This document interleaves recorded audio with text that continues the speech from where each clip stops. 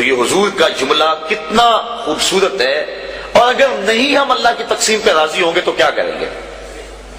حدیث میں آتا ہے جب بچہ شکم مادر میں 120 دن کا ہوتا ہے تو فرشتہ آ کے 4 چیزیں لکھ جاتا ہے، ان میں سے ایک چیز اس کا رزق ہے کہ ساری زندگی میں اس کو کتنا رزق ملے گا۔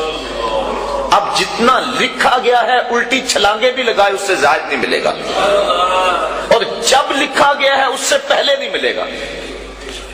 تو پھر اس رزق کے لیے ٹینشن کی ضرورت کیا ہے؟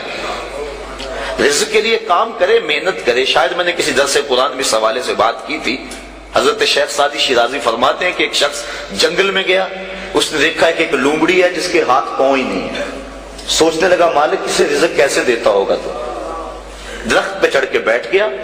تھوڑی دیر کے بعد شیر آیا، اس نے شکار کیا اور پس خلدہ چھوڑ کے چلا گیا۔ وہ رینگتی رینگتی آگے بڑھی اور پس خلدہ کھا کے پیٹ بھر لیا۔ اب اس نے کہا کہ جب اس لومڑی کو اللہ عطا فرماتا ہے میں تو اس کا بندہ ہوں، میں کیوں محنت کروں؟ اس نے محنت چھوڑ دی۔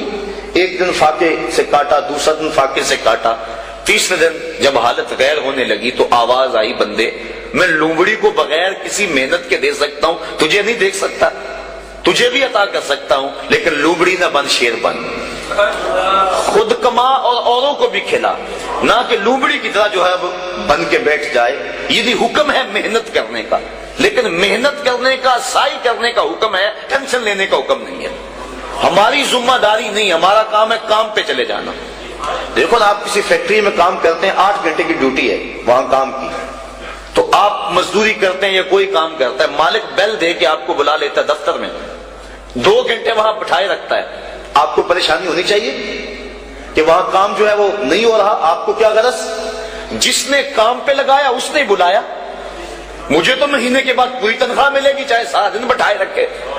تو ٹینشن نہیں ہوتی کہ 8 گھنٹے میرے پورے ہونے ہیں۔ جس رب نے رزق لکھا ہے وہ کہتا ہے چھوڑ کاروبار، حیا علی الصلاۃ، حیا علی الفلاح، آجا اب میری چوکھٹ پہ آجا، رات پڑ گئی اب سو جا، اب کام نہ کر۔ جس نے لکھا ہے، جس نے کام پہ لگایا ہے، وہ کہتا ہے اب جمعے کی اذان ہو گئی ہے، اب کاروبار بازار البیع، اب چھوڑ دے کاروبار۔ تو اب جس نے کام پہ لگایا وہی تو بلا رہا ہے، اور ہم کہتے ہیں تیرے بلانے پہ نہیں آئیں گے۔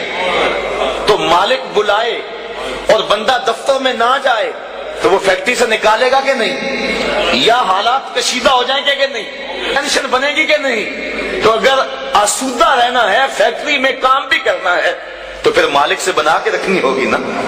اگر رزق اس کا کھانا ہے اور اس کی نہیں ماننی تو پھر ٹینشن تو ہوگی۔ پھر کہا جائے گا جی رزق بڑا ہے سکون نہیں ہے، پتہ نہیں کسی نے تویز ڈال دی ہوئے، کسی عمل نے جادو کر دیا ہوا ہے، پھر مصیبت بنی ہے۔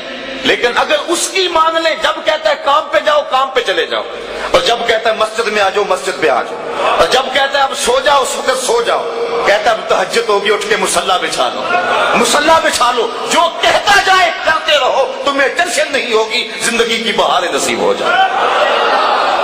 حضور نے ارشاد فرمایا اللہ کی